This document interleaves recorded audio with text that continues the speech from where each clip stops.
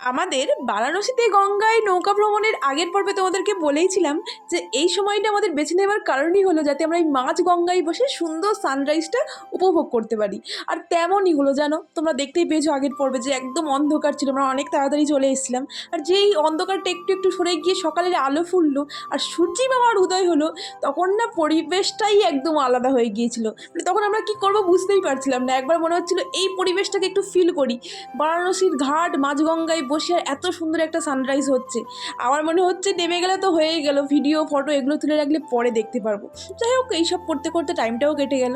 আর এই দিন আমাদের ট্রেন ছিল সকালবেলা ওই 10টার সময়, তো ওই জন্য বেশি টাইমও ছিল না, আমরা তাড়াতাড়ি করে ঘাটে চলে এলাম। আর তোমরা এই ঘাটের সিচুয়েশনটা এখন দেখতে পাচ্ছ। আমার আগের পর্বে তোমাদেরকে আমি ভোরবেলায় দেখিয়েছিলাম, তখন অনেকটাই ফাঁকা ছিল, এখন বেলা বাড়ার সাথে সাথে ভিড়টা বেড়ে গেছে।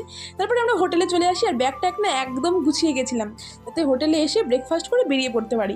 কারণ সবাই বলেছিল আজকে আর যাস না, রিস্ক হয়ে যাবে, বাট কারোর কথাই পাত্তা নেই না দিয়ে আমরা চলে গিয়েছিলাম, কারণ এই সময়টা ওই সুযোগটাকে আমরা হাতছাড়া করতে চাইনি। তো ব্রেকফাস্ট করে ঘরে চলে যাই। আর এই ছিল আমাদের 3 দিনের রুম, তোমাদেরকে দেখানো হয়নি, লাস্ট দিন দেখাচ্ছি যখন একদম অগোছালো করে ফেলেছি।